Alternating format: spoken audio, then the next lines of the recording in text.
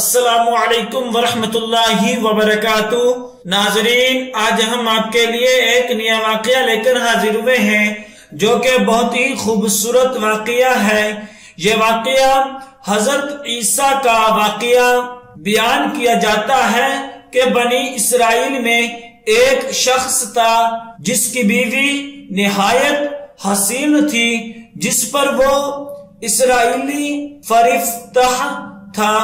چنانچہ جب اس عورت کا انتقال ہو گیا تو اس اسرائیلی شخص کو بڑا قلق ہوا اور ایک مدت تک وہ اس کی قبر پر بیٹھا روتا رہا۔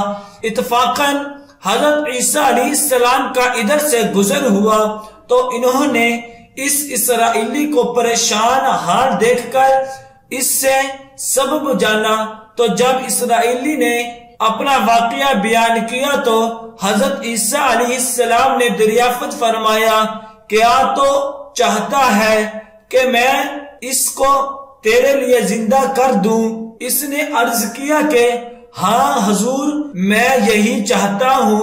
چنانچہ جب حضرت عیسیٰ علیہ السلام نے اس قبر کے مردہ کو آواز دی تو قبر سے ایک حبشی غلام جس کے ناک کی نتنوں، آنکھوں اور جسم کے دوسرے سوراخوں سے آگ کی لپٹیں اٹھ رہی تھی، حضرت عیسیٰ علیہ السلام کو دیکھنے غلام نے کلمہ پڑھا، لا الہ الا اللہ عیسیٰ روح اللہ۔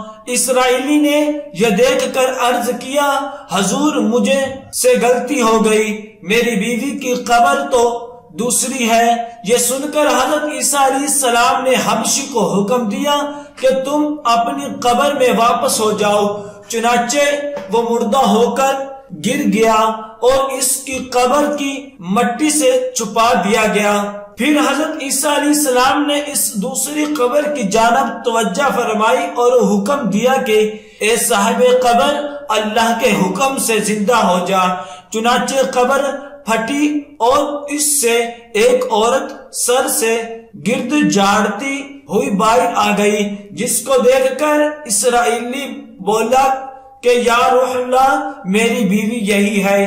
پھر حضرت عیسیٰ علیہ السلام کے حکم سے وہ اسرائیلی اپنی بیوی کو ہمراہ لے کے واپس ہونے لگا، مگر عرصہ سے جاگا ہوا تھا، اس لیے اس پر نیند کا غلبہ ہو گیا اور اس نے بیوی سے کہا کہ تیری قبر پر گریہ زاری اور بیداری نے مجھے ہلاک کر دیا ہے، اس لیے میں چاہتا ہوں کہ کچھ دیر آرام کر لو۔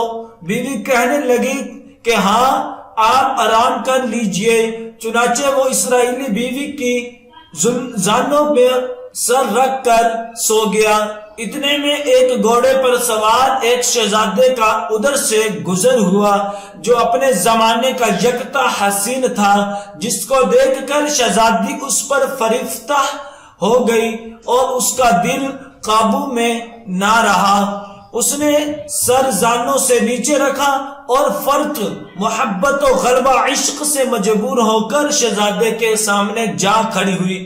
ادھر جیسے ہی شہزادے کی نظر اس پر پڑی، وہ بھی اس کو دیکھ کر اس پر فریفتہ ہو گیا اور عورت کی خواہش پر اس کو اپنے گھوڑے پر بٹھا کر لے گیا۔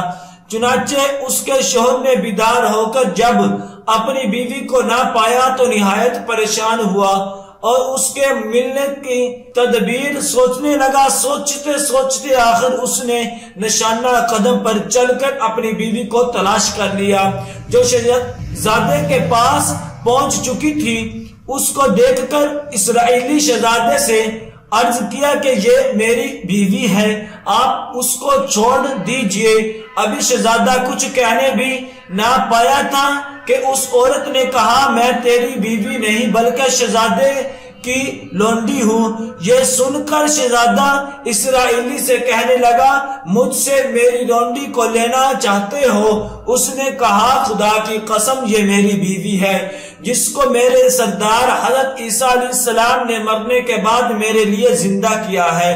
ابھی یہ گفتگو ہو رہی تھی کہ اتفاقاً حضرت عیسیٰ علیہ السلام وہاں تشریف لے آئے، جن کو دیکھ کر اسرائیلی کہنے لگا یا روح اللہ، کیا یہ میری وہ بیوی نہیں ہے جس کو آپ نے میرے لیے زندہ کیا ہے؟ حضرت عیسیٰ علیہ السلام نے فرمایا کہ ہاں یہ وہی ہے۔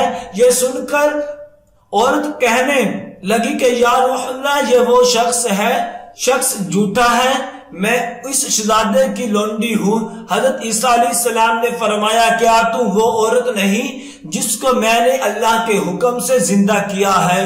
عورت نے کہا یا روح اللہ، با خدا میں وہ نہیں ہوں۔ اس کے بعد حضرت عیسیٰ علیہ السلام نے فرمایا جو جان خدا کے حکم سے میں نے تجھے دی ہے اس کو واپس کر دے۔ یہ سنتے ہی وہ عورت پھر مردہ ہو کر گر پڑی۔ پھر حضرت عیسیٰ علیہ السلام فرمانے لگے کہ جو شخص ایسے آدمی کو دیکھنا چاہے جو کافر مرا تھا اور زندہ ہو کر ایمان لایا تو وہ اس حبشی غلام کو دیکھ لے، اور جو کوئی ایسے شخص کو دیکھنا چاہے جو مومن مرا تھا پھر اللہ نے اس کو زندہ کیا اور کافر ہو کر حالت کفر میں مر گیا تو وہ اس عورت کو دیکھ لے۔ اس واقعے کو دیکھ کر اسرائیلی نے قسم کھائی کہ اب کبھی نکاح نہ کروں گا، اور میدانوں کی طرف نکل گیا جہاں اللہ تعالی کی عبادت میں مصروف رہ کر اسے موت آ گئی۔ اللہ تعالی اس پر رحم فرمائے۔ حاصل نبی اور رسول کے اقرار اور انکار کا نتیجہ اس حقائق سے ظاہر ہوتا ہے اور سبق ملتا ہے کہ کامیابی اپنے نبی کی اطاعت و محبت سے ہی مل سکتی ہے۔ چنانچہ ہمیں بھی چاہیے کہ ہر حال میں اپنے نبی صلی اللہ علیہ وسلم کی اطاعت کو سامنے رکھے، چاہے دل مانے یا نہ مانے۔ نبی کریم صلی اللہ علیہ وسلم کے طریقوں کو لازمی اپنایا جائے۔ اللہ تعالیٰ اس واقعے سے سبق حاصل کر کے عمل کرنے کی توفیق عطا فرمائے، آمین یا رب العالمین۔ دعا ہے کہ اللہ تبارک و تعالی ہم سب کو ان کلمات پر عمل کرنے کی توفیق عطا فرمائے۔ صدق اللہ العظیم۔